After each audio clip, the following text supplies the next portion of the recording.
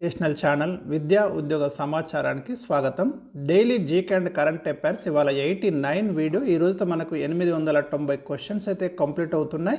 మరి ఇవాళ కూడా చాలా ముఖ్యమైన ప్రశ్నలు ఉన్నాయి. ఛానల్ని సబ్స్క్రైబ్ చేయండి, మీ కాంపిటేటివ్ ఎగ్జామ్స్కి అయితే ఉపయోగించుకోండి. ఇవాళ ఫస్ట్ క్వశ్చన్ వచ్చేసి మనకి వరల్డ్ జాగ్రఫీ నుంచి మహాసముద్రాలు అనే టాపిక్ నుంచి పసిఫిక్ మహాసముద్రంలో అత్యంత లోతైన ప్రదేశం ఏది? చాలాసార్లు రిపీటెడ్ క్వశ్చన్ అండి ఇది.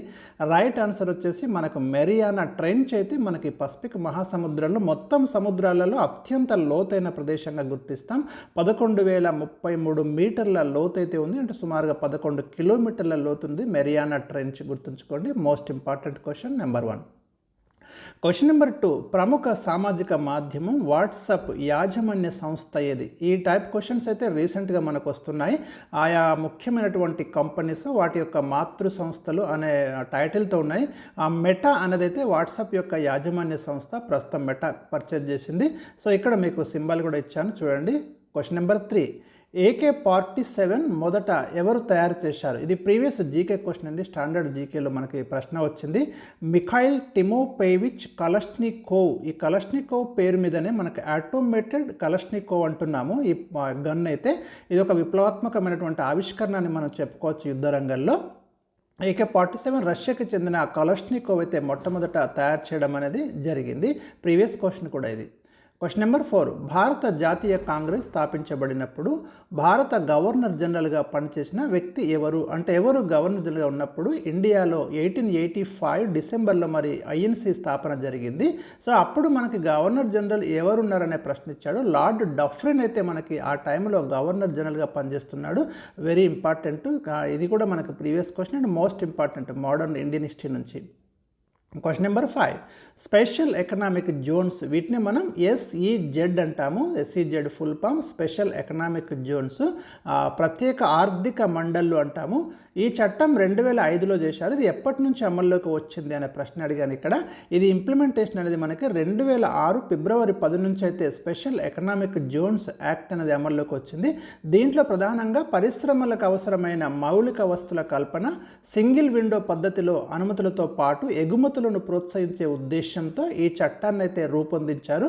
సో వెరీ ఇంపార్టెంట్ యాక్ట్ అండి SEZ యాక్ట్. Question number 6. భారతదేశంలో నూతన భూసేకరణ చట్టం ఏదైతే మనకి వివిధ పరిశ్రమల కోసం కావచ్చు, ప్రాజెక్టుల కోసం కావచ్చు భూమిని సేకరించడం అనేది జరుగుతుంది. సో ఆ చట్టం 2013 ఎప్పటి నుండి అమల్లోకి వచ్చిందనే ప్రశ్న ఇచ్చాను. ఇది నూతన భూసేకరణ చట్టం మనకు 2014 జనవరి 1 నుంచి ఇంప్లిమెంటేషన్లోకి వచ్చింది. యాక్ట్ మాత్రం 2013లో అయింది, మీరు గుర్తుంచుకోండి. దీంట్లో మనకి ప్రభుత్వాలు చేపట్టే భూసేకరణ పరిమితంగా ఉండేలా చూడడంతో పాటు నిర్వాసితులకు తగిన పరిహారం, పునరావాసం ఏర్పాటు చేసేలా చూడడం ఈ చట్టంలో ప్రధానమైనటువంటి అంశాలు. Question number 7. కుంభమేళా ఉత్సవాలు భారతదేశంలో ఏ నగరాలలో నిర్వహిస్తారు? ఇది కూడా ప్రీవియస్ క్వశ్చన్ అండి. వెరీ ఇంపార్టెంట్ క్వశ్చన్ ఇండియన్ కల్చర్కి సంబంధించి. ప్రయాగ్రాజ్ యూపీ అంటే అలహాబాద్ దగ్గర, మీకు తర్వాత నాసిక్ మహారాష్ట్ర, తర్వాత ఉజ్జయిని, తర్వాత హరిద్వార్. ఈ అలహాబాద్ని మనకి ప్రయోగరాజ్గా పిలుస్తున్నాము. ఇక్కడ త్రివేణి సంగమం గంగా, యమున, సరస్వతి ఈ 3 నదులు కలిసే ప్రాంతంగా హిందువులు భావిస్తున్నారు. సో ఇక్కడ కుంభమేళా ఉత్సవాలు జరుగుతున్నాయి. ప్రతి 12 ఏళ్ళకోసారి మహాకుంభమేళా ఉత్సవాలు నిర్వహిస్తున్నారు. 2025లో మనకి మహాకుంభమేళా ఉత్సవాలు అయితే ప్రయాగరాజ్లో జరగబోతున్నాయి. సో ఇంకో next place Nashik Maharashtra, third place Ujjain, ఇది షిప్రా నది ఒడ్డున ఉంది మధ్యప్రదేశ్, అండ్ హరిద్వార్ ఉత్తరాఖండ్. ఈ 4 ప్లేసెస్ చాలా చాలా ఇంపార్టెంట్ అండి. Question number 8. 2024 డిసెంబర్ 24న అమెరికా అధ్యక్షుడు జో బైడెన్ ఏ పక్షిని అమెరికా జాతీయ పక్షిగా అధికారికంగా ప్రకటించారు? వెరీ ఇంపార్టెంట్ క్వశ్చన్ అండి. బాల్డ్ ఈగల్ని అయితే అమెరికా అధ్యక్షుడు మరి జాతీయ పక్షిగా అధికారికంగా ఆమోద ముద్ర వేయడం అనేది జరుగుతుంది. అయితే మనకు 1742 నుండి ఒక అధికారిక గుర్తుపై ఈ పక్షిని ఉపయోగిస్తున్నారు. కానీ ప్రభుత్వ పరంగా అఫీషియల్గా ఆమోదించడం అనేది ఇప్పుడే జరిగింది 2024 డిసెంబర్లో.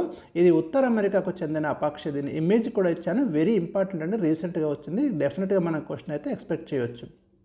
Question number 9. Hindustan aluminium company ఎక్కడ కలదు? హిందాల్కో అంటాము, ఇది రేణుకుట్లో ఉందండి, ఉత్తరప్రదేశ్లో హిందుస్థాన్ అల్యూమినియం కంపెనీ.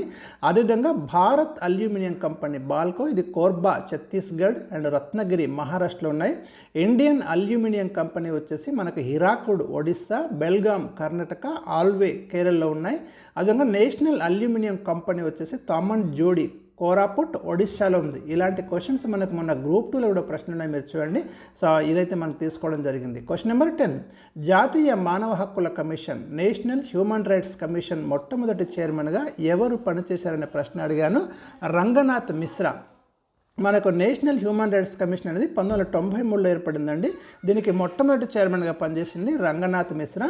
అందరూ చైర్మన్ల లిస్ట్ అయితే నేను ఇక్కడ ఇచ్చాను, మీరు చూడండి. 2nd M N Venkatachaliah, 3rd J S Sharma, 4th M S Anand, 5th Rajendra Babu, 6th K G Balakrishnan, 7th H L Dattu, 8th Arun Kumar Mishra, 9th G Ramasubramanian. 2024 డిసెంబర్లో G Ramasubramanian national human rights commission చైర్పర్సన్గా నియమితులు కావడం జరిగింది. మనకు క్వశ్చన్స్ టైప్ ఎట్లుందంటే, ఈ క్రింది వారిలో నేషనల్ హ్యూమన్ రైట్స్ కమిషన్ చైర్మన్గా పనిచేయనిది ఎవరనే ప్రశ్న అడిగే అవకాశం ఉంది. సో మొత్తం లిస్ట్ అయితే ఇచ్చాను. మన general knowledge, daily GK and current అఫైర్స్లో ఇలాంటి ఇంపార్టెంట్ టేబుల్స్ లిస్టులు అయితే రాబోయే వీడియోస్లో మరి చాలా వరకు ఇవ్వడం మనకు జరుగుతుంది. కొన్ని క్వశ్చన్స్ రిపీట్ అవుతున్నాయని కామెంట్స్ అయితే 1-2 కామెంట్స్ వచ్చినాయి. ఎక్కడన్నా 1-2 రిపీట్ కూడా కావచ్చండి. ఎందుకంటే కొన్ని సందర్భాలలో ఒక క్వశ్చన్ ఎక్స్ప్లెయిన్ చేసేటప్పుడు గతంలో ఉన్నటువంటి మెటీరియల్ కాన్సెప్ట్ కూడా అక్కడ చెప్పాల్సి ఉంటుంది. కాబట్టి అది రిపీట్ అయినా కూడా ఏమి ఇబ్బంది లేదు. మ్యాక్సిమం రిపీట్ కాకుండా చూసే ప్రయత్నం అయితే జరుగుతుంది. చాలా క్వశ్చన్స్, కొన్ని వేల క్వశ్చన్స్ అయితే మీకు ఈ వీడియోలో అందుబాటులోకి రానున్నాయి. అవి కూడా చాలా సెలెక్టెడ్ ముఖ్యమైన ప్రశ్నలు. మరి థ్యాంక్ యూ ఫర్ వాచింగ్. వీడియోని షేర్ చేయడం, లైక్ చేయడం మర్చిపోకండి.